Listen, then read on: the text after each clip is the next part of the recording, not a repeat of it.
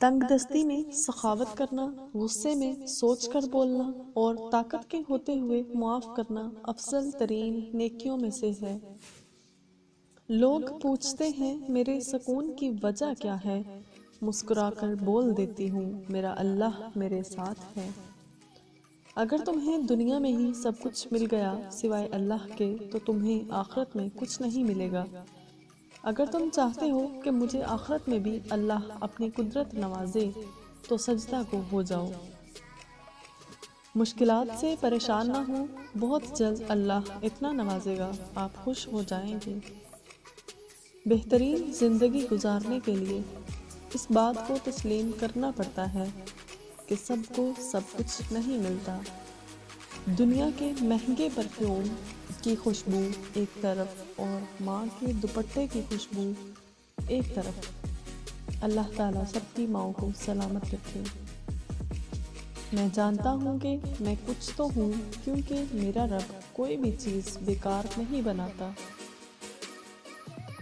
اگر آپ کے اندر وہ آواز موجود ہے جو پکار پکار کر آپ کو بتاتی ہے کہ یہ چیز حلال ہے اور یہ حرام ہے تو اللہ کا شکر ادا کریں کہ آپ کا دل ابھی زندہ ہے۔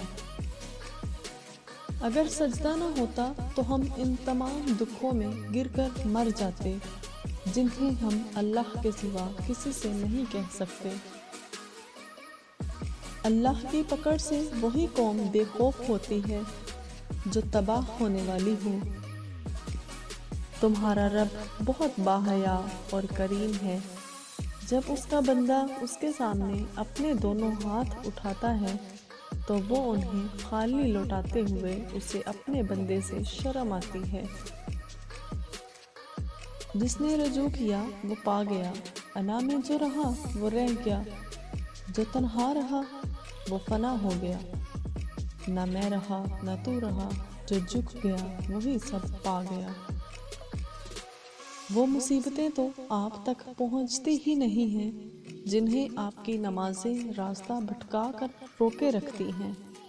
میرا دشمن میرے اندر چھپا بیٹھا ہے، مجھ کو خود اپنی طرف تیر چلانے ہوں۔